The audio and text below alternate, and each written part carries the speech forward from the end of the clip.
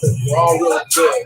And welcome in to the outdoor beautiful patio here, Eastern Market, Thomas Magee Sporting House. What a night to be with you. What a guy to be joining. We just finished coaching the victorious Vladimir Shishkin at the Detroit Brawl, the Legendary Kronk, the legendary Sugar Hill Steward. What's going on, my man? Nothing much. Just wrapping up here tonight at the Kronk Gym with Vladimir Shishkin and Timur. I still don't know how to pronounce his last name yet. I need about 2 more times and I'll have it. And I'm not going to try. If you can't do it, I can't do it either. But listen, so much to get to in with. You had a long night, so I don't want to keep you long. But first off, Shishkin 11-0. He had this great event at the Kronk Gym. I know there was no fans, but what do you think about the future of Shishkin at 11-0 right now? For the future for Vladimir is just, keep him busy, stay in the gym with him, and keep teaching him. He learns fast. Today, he learned an important lesson. He says, I just stopped thinking, and I just did what you told me to do, and then the fight was over. That's a good pupil there. Well, when you look at tonight's event, it's so great to obviously we know how legendary the Kronk Gym is. Your Uncle Emmanuel starting it. We know how much it means to this community. To have this event, this Detroit Brawl, the Legendary Kronk, I know there were no fans, but it shows you the interest in boxing. Obviously, we're here at Thomas Magee's with our boy Eric and everybody else. Only place to watch it was here. But when you think about boxing right now and how it's going to be tough to come back with no fans, events like this matter, don't they, Javon?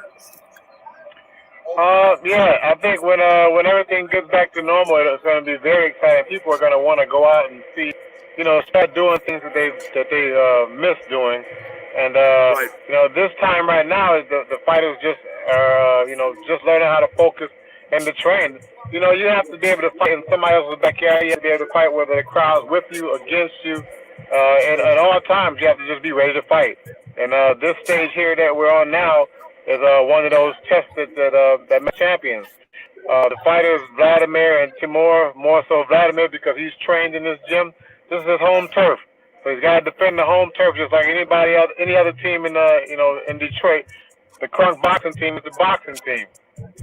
Yep, it is. Like the Lions say, defend the den. I want to talk to you about your legendary uncle and obviously Emmanuel Stewart, Tommy Hurd, so many different Lennox Lewis, so many different fighters, and such a lineage for you that you've taken the mantle of, and obviously keeping the Kronk on the precipice of greatness as it always has been. What do you think the legacy your uncle has left on the city of Detroit, but also obviously in a larger way boxing itself? The legacy he left was just helping people, being kind to people, always thoughtful, and doing what's best for the fighter. Emmanuel never turned professional because he didn't like the management. Management and promotions are so tricky, and people get misused, and that was the main reason he didn't turn professional. And him not turning professional, when he got a chance to train fighters and manage them, he treated those fighters just like how he wanted to be treated. And that was, that's something that was instilled in me, is to treat people how you want to be treated. And that's part of his reputation. Nobody say anything bad about him. He's been gone since 2012, and everybody I run into has nothing but good things to say about him. The good experiences with meeting him, how he treated them, how he gave them the hat off their head, off his head, what he done for them, and how he always had time to talk to people. He never walked around with a big entourage. He was a people person, a Detroit person, and everybody knew him. Detroit. You could walk and go anywhere. They were seeing at their big fight early in the morning in the grocery store, buying ribs and things like and baked beans so he can go cook later on when he got home. That was one of the things he always wanted to do, was he wanted to get home so he can cook. And I'm the same way. When I go out of town for these 2 months training camp, I want to get home and cook. You got to love that. And I'll tell you this, I was lucky enough to meet your uncle a few times. Could not have been nicer. Like you said, just a great human being, a guy that really cared about the community, about the sport of boxing. And I know he instilled that, as you mentioned, in you. And what has it been like for you, not just dealing with the Kronk Gym, which was obviously a major legacy for your uncle, but you kind of making it your own and continuing that on and being a big part of the boxing game, but also a huge part of Detroit charter? Well, you know what? I really don't think about it so much like that. that doesn't move me. What moves me is teaching and watching watching my teachings be successful through the fighters. I don't really want the credit like that. That's not my big thing. I don't want to be the superstar. I want to be like my uncle. I want to be able to just walk around regular and people know me. I don't want any bodyguards. Let the fighters who go out there and put it all on the line. Let those guys enjoy that fame and fortune versus me. I know it comes with it. I don't think about it too much, but I'm gonna continue to be me and carry myself and conduct myself as I always have been. Beautifully said, my friend. Couple more for you, and I really appreciate your time. I know it's been a long day and night. But speaking of obviously letting the fighters do the talking, you coach Tyson Fury, the heavyweight champ of the world. Obviously, we know COVID has screwed things up, shut things down, delayed things. But do we have any idea when Tyson Fury, Deontay Wilder 3 is going to happen? We know the entire world wants it, my man. I wish I had those answers. I wish I was in those meetings, on those calls and things like that. But, if I was, it would probably be more stress on me. So right now, I don't care because at first they told us July, and then they told us, a later date, September, and, it gets depressing. And for me, I don't listen to those things because I don't want to get my emotions all up, and then they say, oh, it's canceled, it's pushed back. So whenever they make a decision, I'm fine with it. Whoever they have for him to fight, I'm fine with teaching him that. And I spoke to Tyson today, and he's eager to get back in the gym. We want to do some training before we even have a fight because the last fight that was a rush job. So just imagine if we had some time together, really working on basic boxing, doing things. I mean, that's the time that we want. That's the precious time that we need. And that will take Tyson Fury to a whole other level, which people really don't understand yet. Hey, we all can't wait for that, and you couldn't say that any truer. Last one for you, Sugar Hill. I really appreciate the time. When you look at a guy like Tyson Fury, when you look at the sport of boxing, we know that obviously it's had its ups and downs, but it's still a beautiful sport. It's still a sport that means so much to so many people, obviously, including you and the family legacy you have. What do you say to the people right now that maybe love boxing a lot of their life, but maybe haven't been into it as much as of late, want to get back into it, see a guy like Tyson Fury or Deontay Wilder, say, you know what, there still are great guys in this sport. There still are guys to get behind. What do you say to them right now? All I can say is just wait and watch boxing when it comes back. When things are open back up, so stay safe so you can watch it. And boxing is still, it's an old sport. The only thing that's changed in boxing is, it had a down moment it had its down years for a moment when it was just only 2 networks that would watch. That you could watch boxing on, you had to pay. But now it's wide open. It's on mainstream TV. It's streamed over the air. You can watch it anywhere, any time of the week almost. You can catch a boxing show. So it's made a tremendous comeback, and it allows you to, the way it's set up, where you can see boxing, 7 days a week just about. It allows you to get closer to these fighters making their way to the top. So you don't just see them when they become champion. You watch them rise to the top and climb into those championship fights. And you can say you followed that person. That's what makes it even great again, like the old days. Absolutely. Well, we know that you and your uncle have been a big part of that, and I look forward to great things in the future. And can't thank you enough for your time. I can't wait to see another fight in person when fans are allowed. But until then, keep doing what you're doing. Thanks so much for your time, and good luck to you and Tyson Fury when that fight happens, because we know Fury's going to be the favorite in that one. All right. Well, thank you for having me on. And you're saying he'll be the favorite this time? Oh, yeah. He's going to be the favorite for sure against Tyson Wilder 3 for sure. All right, well that's good news then. Now I guess that kind of spoils the surprise of Tyson Fury, whatever he says he's going to do. Yes, I want more predictions. Though, get him some more predictions. But send him our best, and thanks so much again. Congrats again tonight with the win for Schlichkov, and nothing but the best in the future, Sugar Hill. Okay, nice talking to you, Danny. I have fun. Hey, you made it fun, my man. Thanks so much. We will see you soon. Sugar Hill, let's get my man Eric Olson over here, the proprietor of the great Thomas Magee's Sporting House, and we're going to go on a quick tour here in a second. Yeah, let me get you. We'll go right here for you. You got plenty of spots. Plenty of spots, my friends. What's up, man? 6 feet. We already got tested. First off, what a great discussion with Sugar Hill, who is such a humble guy. We talked about his uncle, obviously, Emmanuel Stewart. But he said, listen, I don't want the entourage. I don't want the accolades. I want to teach. I want to coach.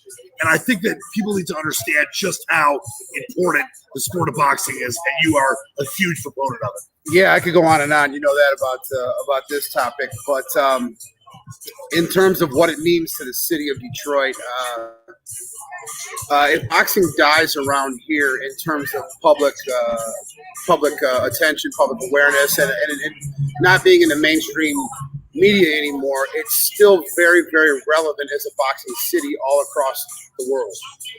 We have some of the best coaches that ever come out of Michigan, some of the best coaches come out of Detroit, some of the best talents, some of the best fighters come out of Detroit.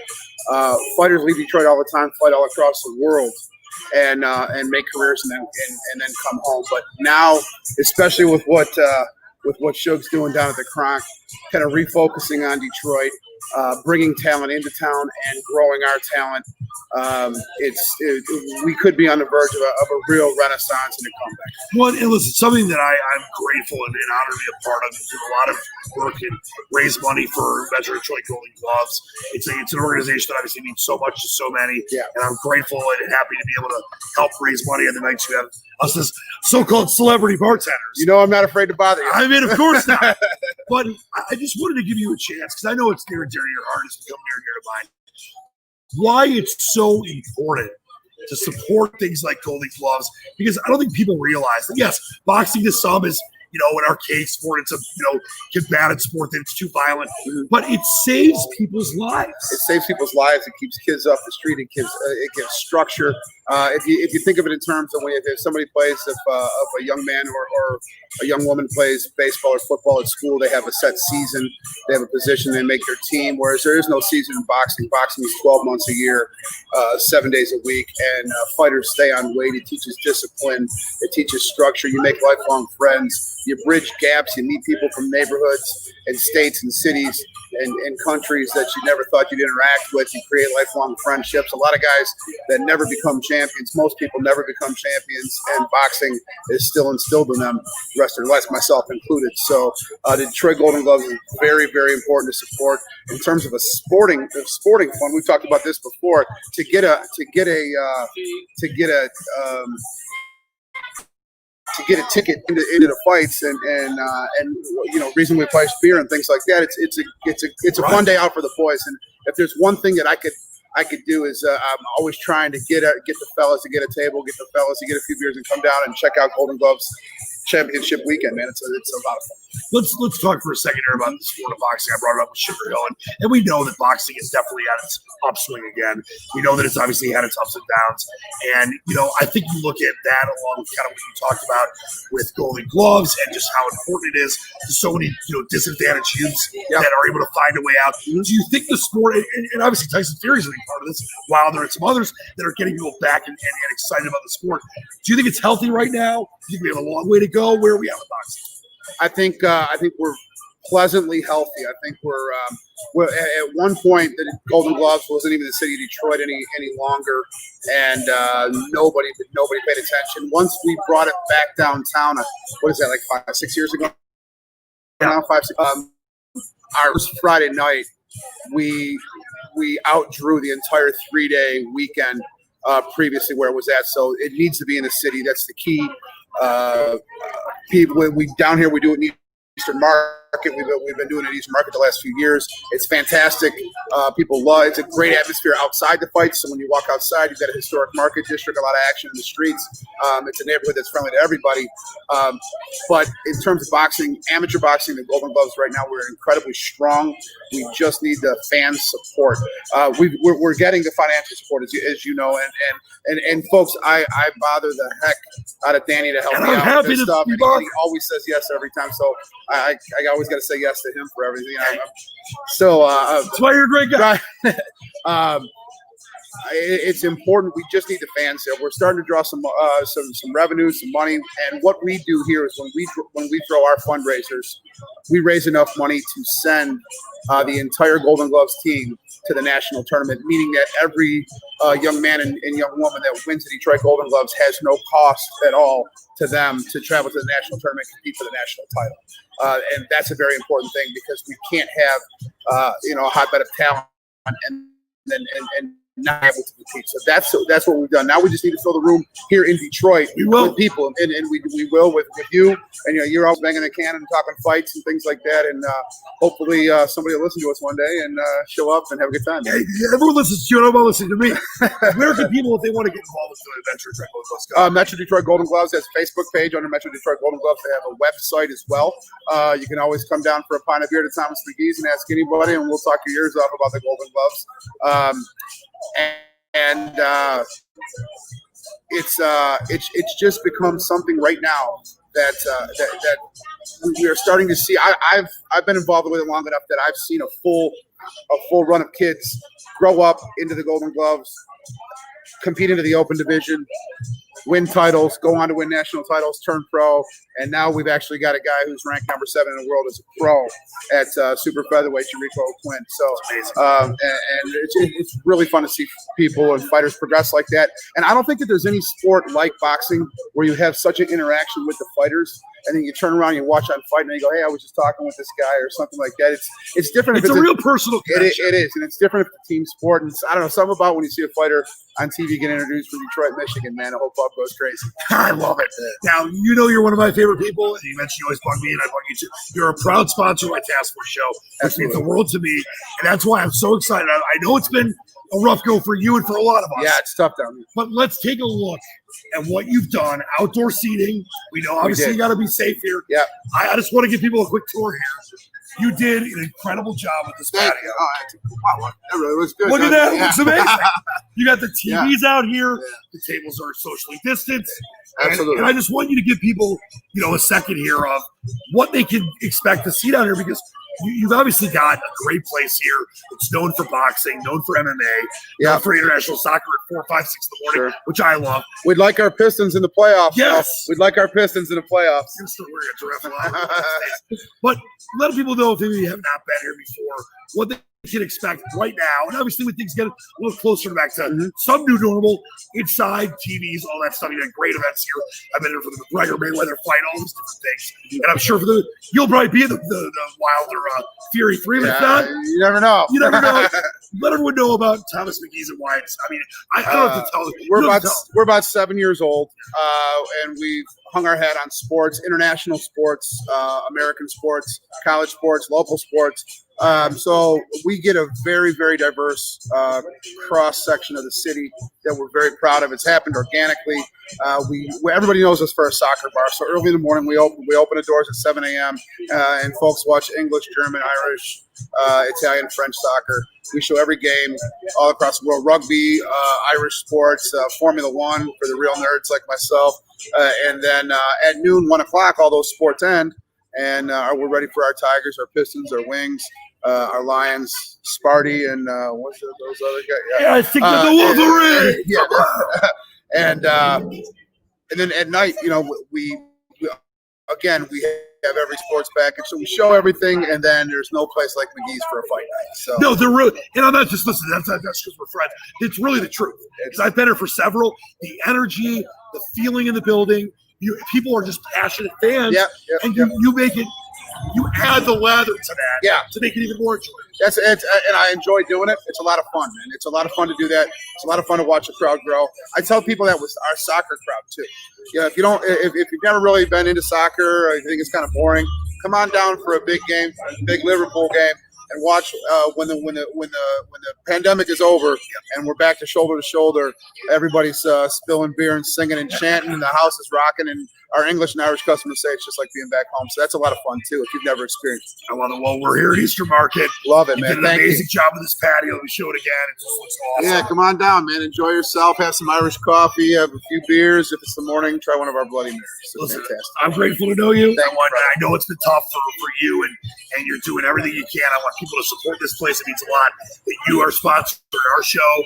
and I'll do everything I can to help you because people like you, the true Detroiters that care about the citizens, that care about the sports fans, that's what it's going to take to recover from this. Got to make it, man. We're going to make it together. Hey, Love you too. there he Thanks, is. There man. goes. Get down here. Thomas Magees. Hey, the drinks are flowing tonight. We got it all going on. But I'll tell you this, boxing, thriving sport. It's had its issues. You got guys like Fury and Wilder, and we talked about Schlichtikoff and these young guys on their way up. Detroit's got that very special connection to the sport of boxing. So I respect MMA. I follow it. I mean, it's definitely enjoyable to watch. But I've been a boxing guy since Melvin Taylor, Julio Cesar Chavez, Sugar Hill's uncle, Tommy Hearns, who he was obviously his trainer, and all these different great historic figures that are such an important part of a sport that obviously might have had its issues at times, but is coming back. So support that. Support Metro Detroit Golden Gloves. Support Thomas Magee. Eric knows, and I've said this many times on the show, how much places like this mean to me because it's all about being there for the community. And we're in a pandemic. There are a lot of places that have closed down. Eric's had to close down, obviously, and then reopen outside. These places need our support. So it's an honor to work with him, obviously on a business level, but it's a personal thing first and forefront. So come down here and support him, Eastern Market. Very grateful to have them sponsoring the show. Much more to come. We'll do some more on location stuff here. We're going to have some big boxing guys on. Some, very, very interesting guests that are going to come up in the next, I'd say, month or so when it comes to boxing and working with Eric and here and Thomas Magee. So I want to thank our good friend Sugar Hill Stewart, of course, Eric Olson, and please come down and support local places like Thomas Magee's. Beautiful night. The drinks are flowing. We got the Red Bulls. We got the Don't Squelch. We got it all. Live on location task force. Always fun to do these. Until next time, wash your hands. Spread love, not hate. Believe in the dream. We'll see you on the flip side. Dan Leach out.